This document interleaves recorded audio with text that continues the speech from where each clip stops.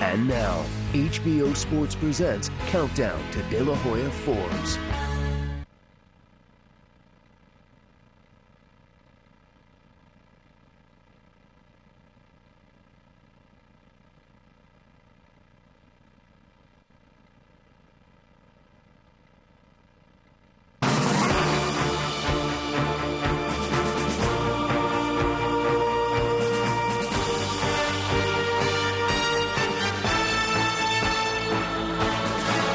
The following is a presentation of HBO Sports.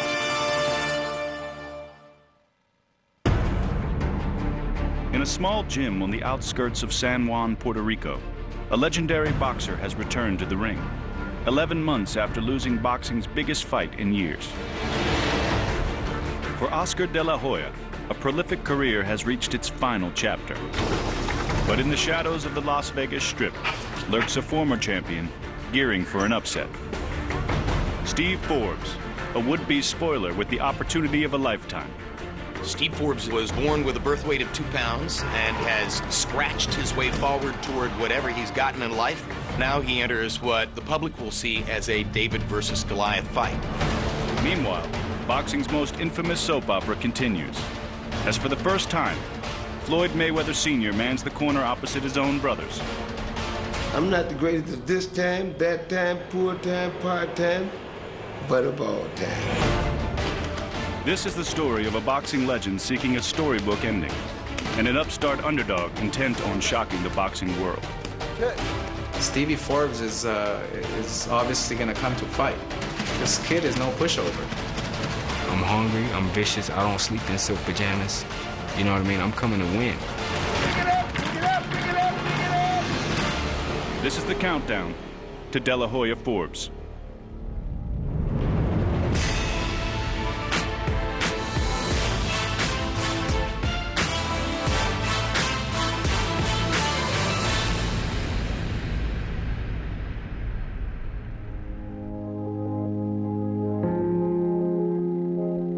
I had a dream about 6 months ago.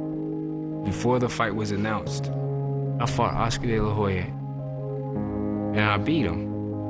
And I could tell you the trunks and everything I had on. I saw everything that was gonna happen.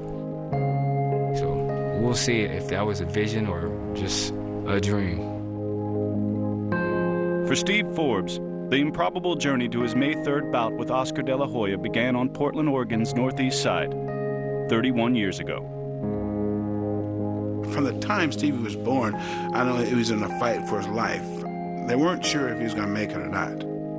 That's why he got his name 2 Pound, because at birth he weighed about 2 pounds. I mean, as a kid, it's rough. I mean, mentally I was fine, but as far as physical strength, I wasn't quite as strong. You know, my bones wasn't as strong, my muscles wasn't as strong, so I would get picked on a little bit, but I was so eager to prove people wrong. Forbes got his chance when he first entered Portland's Knott Street Boxing Club as a 10-year-old. There he learned to fight under the guidance of Clayton Hires, a mailman by day and junior middleweight by night. 2 Pound would come in and, you know, hit the bags and watch and ask questions about how to throw certain punches, and, you know, he was always in the gym. Once I was able to get in the gym and actually to hit the punching bag and to hit the punch mitts, it just something clicked. So I would follow him around the gym. He's like, "You're bugging me, little fella, I'm trying to train." And every day I was persistent. I just kind of stuck with him. And he became like a, you know, a father figure to me because I didn't have my father around. He would come over and wanted to watch boxing tapes. We would leave this guy on the couch watching fight tapes. We had a little black cat, and he'd sit there, and the 2 Pounder cat sitting there watch fight tapes all day long. I had never felt that way about anything. And I know I was young, but I knew that I wanted to be a professional boxer. This is a dream come true, and I'm gonna be the greatest, so I'm telling y'all now that I'm gonna be the king. As a teenager, Forbes' size finally caught up with his ambition. Following a promising amateur career, he left Portland and headed to Las Vegas. It was there that he met a former champion-turned-trainer named Roger Mayweather. The minute I met him, the minute I worked with him, and I trained him, I said, "You'll be champion of the world." He said, What? I said, you be champion of the world. Don't worry. I'm going to train you to become champion of the world. Mayweather's words proved prophetic. In December 2000, in only his 20th professional fight, Forbes defeated John Brown for a title at 130 pounds. Steve 2-Pound Forbes. It actually happened. A little poor kid from Portland, Oregon became a world champ.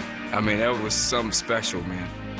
Shortly after the title bout, fighter and trainer parted ways, with Mayweather leaving to train his nephew, Floyd Jr. Now, with the biggest fight of his career approaching, Forbes begins training camp with the man who molded him into a champion.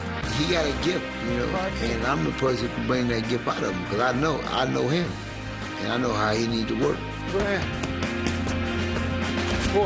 This is the ultimate fight, ultimate fighter to fight, and I'm just gonna go and give everything I got.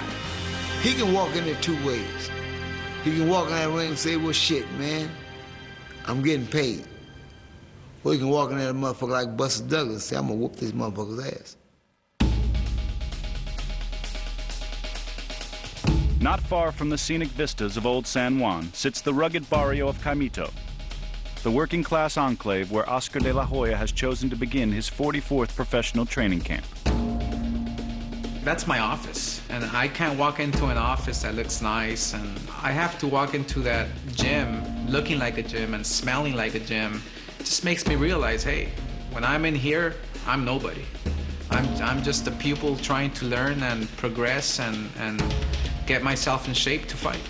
De La Hoya is accompanied by the usual circle of trusted team members, among them head trainer Floyd Mayweather Sr., returning to the camp after a one-fight departure when De La Hoya fought Floyd Jr. last May. When we last saw Sr., he was on the outside looking in, a supporting player in boxing's biggest production in years. It was a star-studded crowd. It was a glitzy night. I think the crowd was extremely pro De La Hoya, as we would have expected. And for at least the first half of the fight, they saw what they were looking for. It actually started good. And immediately De La Hoya begins hammering away with left hooks to the body. I actually thought it was easy.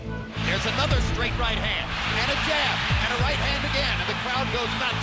It seemed as though Oscar was right there for 8 rounds.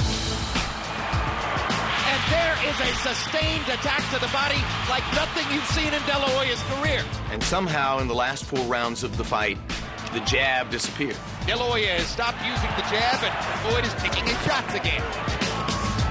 And when the jab disappeared, so too did Oscar's chance to win the fight. They fight to the finish and please the crowd. Mayweather won in a split decision, escaping a draw by just 1 point on the scorecards. Watching the fight like 7-8 times, I do feel I won. I was the champion, and you have to beat the champ.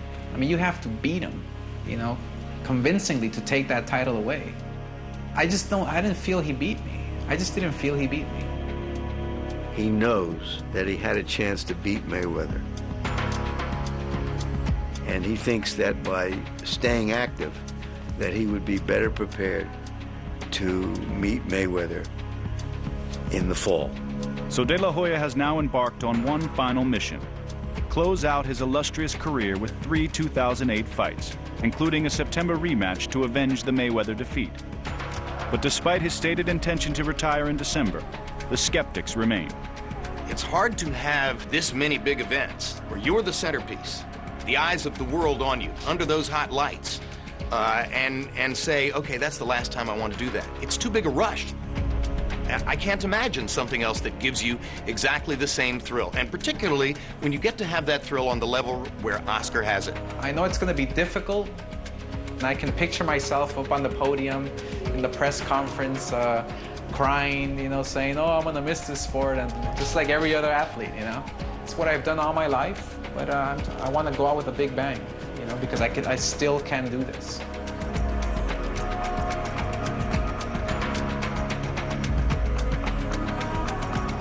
With a month and a half until the biggest fight of his life, Steve Forbes' camp has been rocked by a surprising ultimatum. Floyd Mayweather announced over the weekend that if his uncle Roger continued to train Forbes, then, you know, he would pretty much fire his uncle. Floyd Jr.'s concern was that a Forbes victory would ruin plans for his own lucrative rematch with De La Hoya. Steve understands that I would love to train him. I would have trained him, but I just said, well, I'll step down. Forbes' logical replacement would have been Floyd Mayweather Sr., the trainer who guided him through his last 9 fights. His next choice was an easy one. For any fight, any big fight, I would definitely want a Mayweather, you know, in my corner. That's no ifs, ands, or buts. So I decided to go with Jeff Mayweather, you know, another Mayweather. Jeff is the youngest of the Mayweather clan, and like his brothers, is a former professional fighter who has helped train Forbes throughout his career. Now work, now work. But that's where the similarities end. That's it, that's it, that's it, that's it. Back outside. Boxing was never the centerpiece for me. After high school, I went straight to college, you know, and I got my degree in graphic design. Boxing was a way of life for Floyd Sr. Boxing was a way of life for Roger. My brother Jeff is very quiet. He ain't like me. They're gonna be more relaxed. There ain't gonna be much drama. You know, with me, it's always drama. Yeah, right. I've trained Steve on 3 different occasions, and we've always had a great relationship. The transition's been easy. And it doesn't get no bigger than this as a trainer or as a fighter. So, I mean, we're coming in this together with something to prove. Now, after 9 years in the shadows of his brothers, Jeff finds himself across the ring from the Mayweather who started it all. You got to understand, this is Floyd Joy Mayweather Sr., former fighter, now poetic writer. I will shock your mind. I'm one of a kind. I'm the greatest trainer of all times. I'm the best in the north, south, east, and west. For all the rest, there's no contest. I must confess. I'm electrified, bona fide, qualified, and that's got the world petrified, hypnotized, and mesmerized. I'm the motivator, innovator, creator of the new and improved fighters today. Not another trainer in this world can take my place. And I'm the man of the hour and too sweet to be sour. Hello?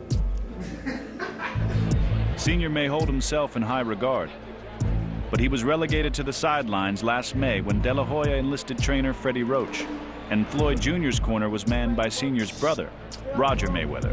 Don't get on rope reaction. Every now and then get on it, but don't stop rope so long. It's an arrangement that has destroyed the relationship between father and son. Floyd Sr. is irretrievably depressed about Roger's relationship with his son and the fact that he no longer has that relationship with his son. Apparently they are estranged from one another, which is a common condition in the Mayweather family. My son is the one that's dysfunctional in this Mayweather family. He done forgot where he come from. He done forgot who put him where he is. His daddy put him where he at. You know, I've been training my kids since he was a baby. He kicked me out of the house, man. My son kicked me out of the house. He took a van from me. Pretty much anything you want to name, if it's negative, he done did it to his daddy.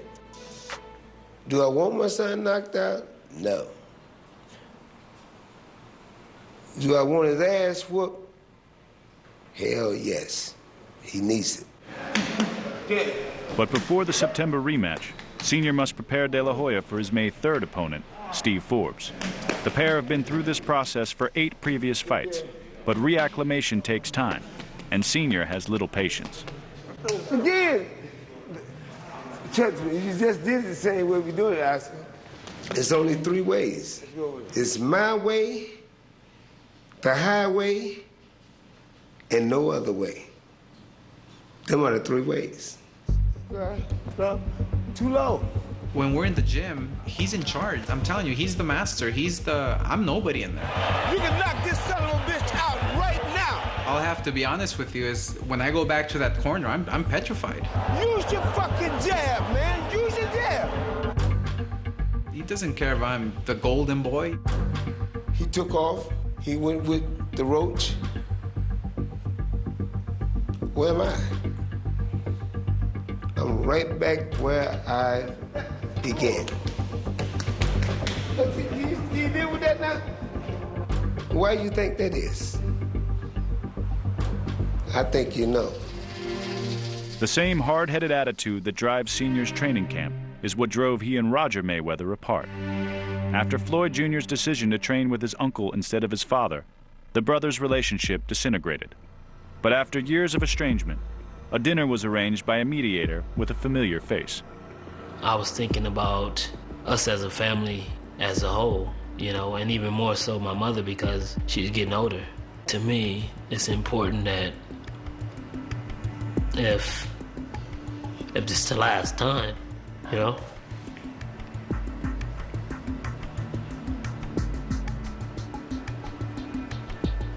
Excuse me. If it's just the last time that, you know, she get a chance to see her kids together, that would be in a peaceful setting, you know? I just felt that it was my duty as the person that, you know, had a good relationship with everyone just to squash everything. I'm the oldest brother, but I think it's even time for me to grow up and smell the coffee. I might not have been a family man for a long time, but you know what? I'm getting older. And like I said, you should learn every day. And I have learned that family is first. Morning in Las Vegas, and Steve Forbes takes a break from training to spend time with his wife Valerie and son Caden. When it's all said and done and my career's over with, two people that I gotta look at, and that's my wife Valerie and my son. He probably stole a kiss from you. I want them to be a part of what I'm doing. Because I didn't have that as a kid. I didn't have a mom and dad where they were really close. You know, I go to the boxing gym with him whenever I can and be there for support, and it's just a lifestyle for us. It's not Steve has a job and he goes and does his job and I do something. We do things together as a family. Steve and Valerie first met in 2002, after Forbes moved back to his old Portland neighborhood. Months earlier, Forbes had failed to make weight in a fight with David Santos and was stripped of his 130-pound title. It was the worst feeling I had ever had. You know, this is like the lowest you can go. You know, I was looked at like an unfocused fighter that blew his career, and then to have her kind of help me build myself back up. And I said, man, I can even be better than I was when I won the title. Forbes finally got his second chance in 2006, when he was chosen to fight on the boxing reality series, The Contender. That was probably the best thing I'd done in boxing, the best by far. I was fighting guys that normally fight at 168 pounds on The Contender and just happened to come down to 150. Steve Forbes is not really a middleweight, but he still had the resilience and the heart and the confidence to compete with guys who were much bigger, taller, stronger than he was, and he held his own. After advancing to the Contender finale, then a strong showing and a controversial loss to Demetrius Hopkins, the man they call 2-Pound has set his sights on an improbable May 3rd upset. The headline has already been written. Everyone expects De La Hoya to win. And if he don't, wow. Nothing comes close to having your hands raised when you were not supposed to, when it's not supposed to be. It's defiance. There's nothing sweeter than defiance. I would just be so happy for Steve. It would be the best thing in the world because that's what he lives his life for. This is the fight I've been dreaming my whole life. This is the perfect opportunity, the perfect stage. I think he is looking past me. Anytime you have a fight set before you have dealt with the man in front of you, I don't care what he says, he's looking past me. Stevie Forbes is obviously gonna come to fight. But it allows me to just get my timing back, have a fight where I can practice on different things and and still be in a tough fight, because this kid is no pushover.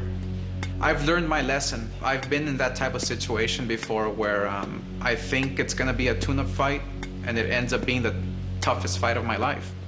It's never gonna happen again. Everybody who saw Oscar De La Hoya fight Felix Sturm knows that there's a scenario by which the party can be spoiled. Oscar De La Hoya came to fight Felix Sturm, he thought, as a tune-up for Bernard Hopkins. He looked fat. Roy Jones, I think that's the softest body I've ever seen Oscar De La Hoya bring into the ring. He was underprepared. He was ill-conditioned for the fight. A quick left hook by Sturm. And he just can't afford that against a gym rat like Steve Forbes. You know, a couple of those shots from Sturm seem to have moved De La Hoya, Roy. Oh, I think so, too. Body. When I faced Felix Sturm, I was out of shape. Don't get discouraged, man. Relax. Can't move. I just said, you know what? This is not a big name. Why should I train? It's high noon in Vegas between Felix Sturm and Oscar De La Hoya. Most ringside observers felt that Sturm had won the fight, but the judges ruled otherwise, and De La Hoya escaped with a controversial decision. I know Bernard Hopkins is happy. A close enough fight that I don't think you could call it highway robbery, but a questionable decision. Oscar has the advantage of having experienced the Sturm debacle. He knows doggone good and well what happened that night, and he fully understands that the onus is on him to make sure it doesn't happen again. Am I timid a little bit about the fight? Yes, I am. Because things can't happen. I'm keeping his mind focused on the individual, Stevie Forbes. I've definitely learned my lesson. You know, you give the guy an opportunity, you give the guy a chance, the chance of his life, and they take advantage of it. So with Stevie Forbes, it's never gonna happen.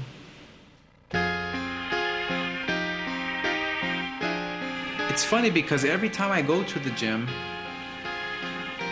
I feel the exact same way inside.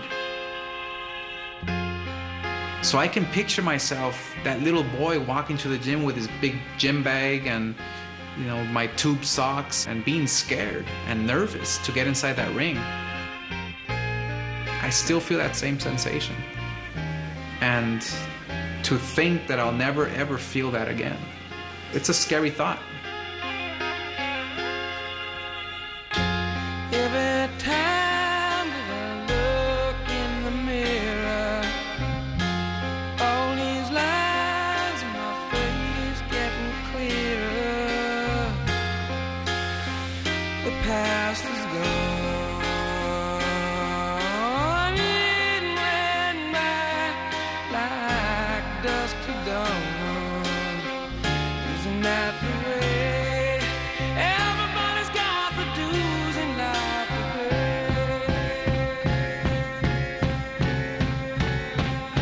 Yeah, I know nobody knows where it comes and where it goes. I know everybody says you got to lose to know. I've been an underdog my whole life. When I get inside that ring, man, I think about everything that has ever happened to me and take all that in there. I say, man, you can't blow it. Sing with me, sing for the year, sing for the laugh and sing for the tear. Sing with me, it's just for today. Maybe tomorrow the good Lord will take you away.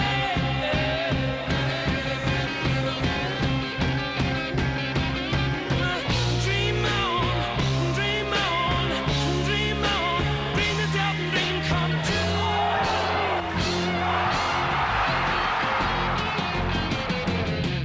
Dream on, dream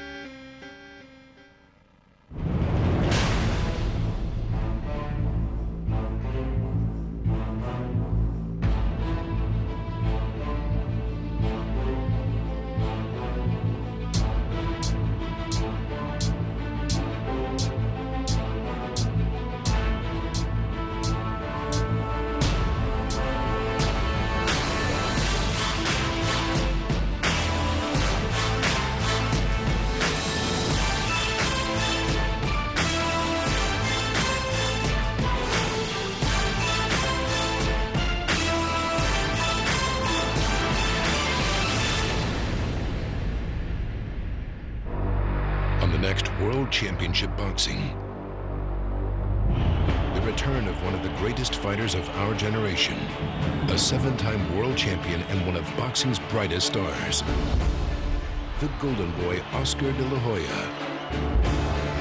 Now, live on HBO for the first time in 7 years, he faces former champion Steve Forbes, an 11-year veteran who has never been knocked down or out.